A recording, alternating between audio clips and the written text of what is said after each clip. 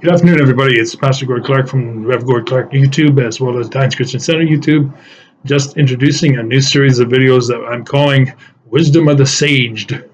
No, not the aged, not just because you're old, but because you're wise.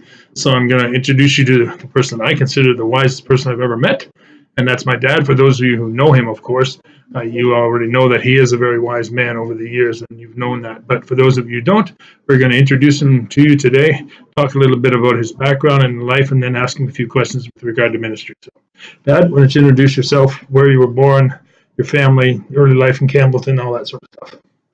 Well, introduce myself. How do you do? My name is Gordon Clark, Gordon Joseph Clark.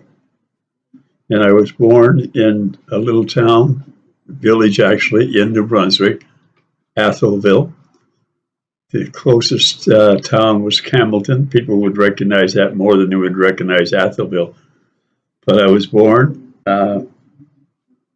myself and 4 brothers. My father was absent. Well, I laugh when because the saying used to be, "You come from a broken home." Well, I came from a broken home. My father left home when I was very young, left us alone. He was gone. My mother had to work washing people's houses and stuff, try and make some money to put some food on the table, which wasn't always some there. But we weren't poor. We just didn't have any money. So, I mean, your first experience, I know it obviously, but tell the folks about the first time that you really experienced church or generosity as from the Campbellton Pentecostal. Yeah, we used to go to the Pentecostal church in Campbellton. Some guy from the church, Mr. Roy, would pick us up, take us to church for Sunday school, and one Christmas Eve, it was freezing cold out, as usual, and we had no food on the table or no food anywhere. And there was a knock on the front door, which in itself is strange because nobody ever come to the front door.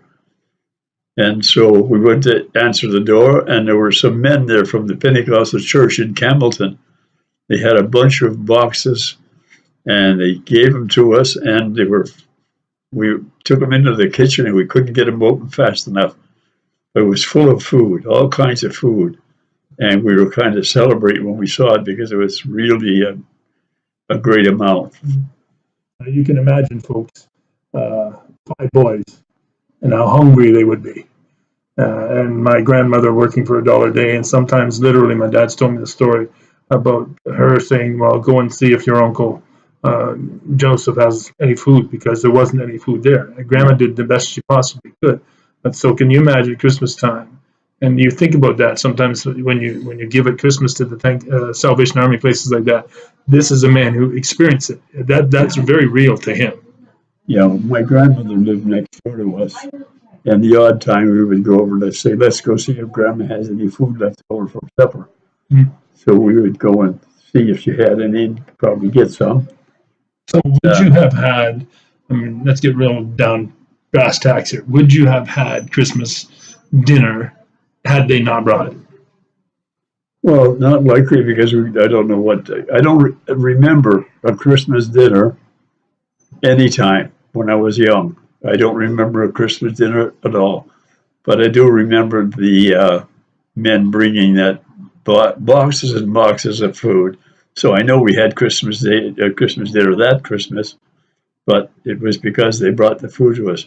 And they were from the Pentecostal church in Campbellton, where we used to go. Yeah.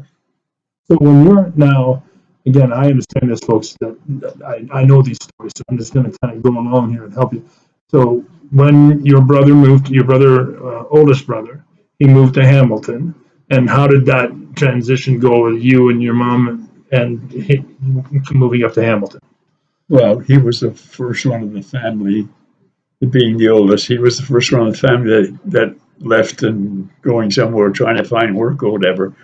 And yeah, he came to Hamilton and got a job there. And I said some of the other things I remember was during the winter time to get some presents. Sidney was my oldest brother, and we would get some presents from him. And one Christmas, or I don't know if it was Christmas, but one time we got a bunch of wristwatches.